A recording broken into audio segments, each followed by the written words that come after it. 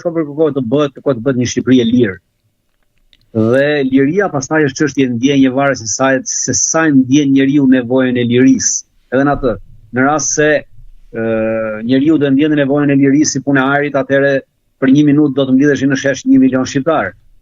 Por jo të gjithë ndjen nevojën e lirisë si ajri, e kanë si ajri, pastaj kalon dikush që ndjen si ujë, dikush si buka, dikush si shtëpia, dikush si makina që ka, dikush si telefoni, pra varet me çfarë vlerëson, ekuivalenton lirinë personit. Do të them që në bazë të kësaj do të vazhdojë duke u rritur. Ata që ndjejnë lirinë si në mungesë të lirisë, automatikisht ata i ke për çdo ditë në shesh.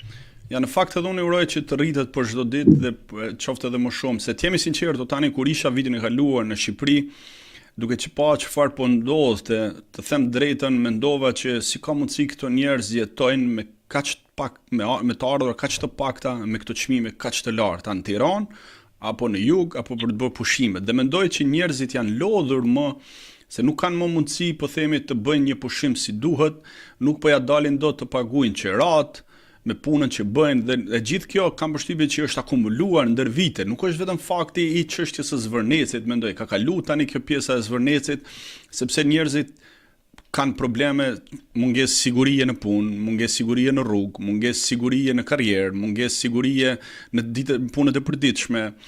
Pra janë akumuluar, nuk po gëzojnë drejtën e pronës, edhe ajo pronë pak publike që kanë ngel po i hepë trafikantëve të drogës, të cilat po dalin për çdo ditë që kanë bërë pazare me pushtetin duke marrë statusin e investitorit strategjik. Pra kam përshtypjen që edhe njerëzit janë lodhur, janë akumuluar gjithë këto vite kjo stres dhe kjo mos përballim të situatës dhe për atë fakt edhe kanë dalë para në protestë. Është çdo gjë ka një pikë thyerje.